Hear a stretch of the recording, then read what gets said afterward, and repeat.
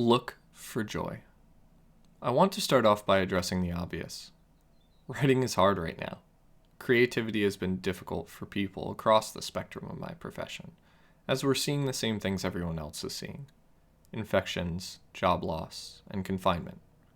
These things have their effect on our lives. That said, much like joy, creativity is something that you can latch onto in these difficult times, as a reminder that removing one's freedom of movement does not remove their freedom of expression. Creativity and joy have a lot in common, as it turns out. Both are things that have an aspect of intentional action and an aspect of emotion. Both are rare right now, but both are very much needed. So let me tell you some stories about joy from this week. This week, a client of mine asked permission to do something that was part of his ideal life. He's been seeking a dream car for a while, and every time he talks about it, his smile gets a little bigger. This week he told me he found it. The Porsche 996 C4S that he wants is available. Clients don't come to me just because they want to be financially successful. They come to me because they feel a misalignment between their current actions and the life they want to be living. For this client, he was now living in alignment with where he hoped to see his life go, and it shone through him like pure joy. I told him he could have the car whenever he was ready to buy it. The light got even brighter. Then we began to figure out the details. Following the conversation, he was so excited that he emailed me pictures of the car, which I loved, because I love cars and I love seeing my clients happy.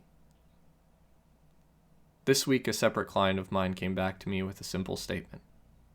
I'm retiring at the end of July, or at least that's my plan.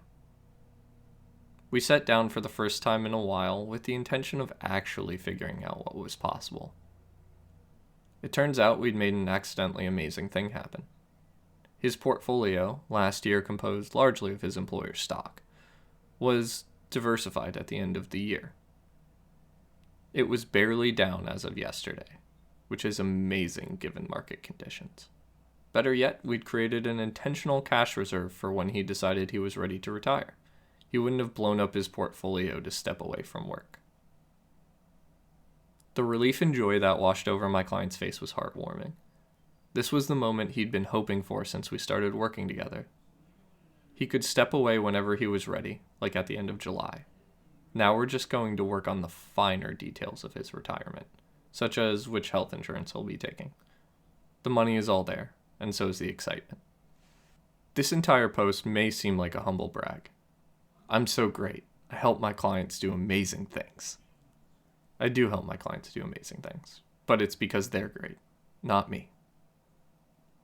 I simply wanted to take a moment amidst all this chaos and change to highlight the amazing things that are still happening every day. Life has changed, but it is not all doom and gloom. Hopefully this post encourages you to seek out your ideal life. Look for joy.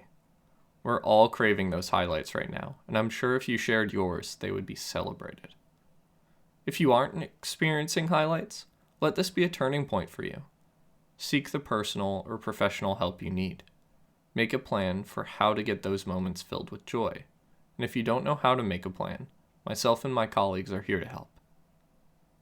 Finally, I wish you all the best during these tough times. Stay safe and healthy.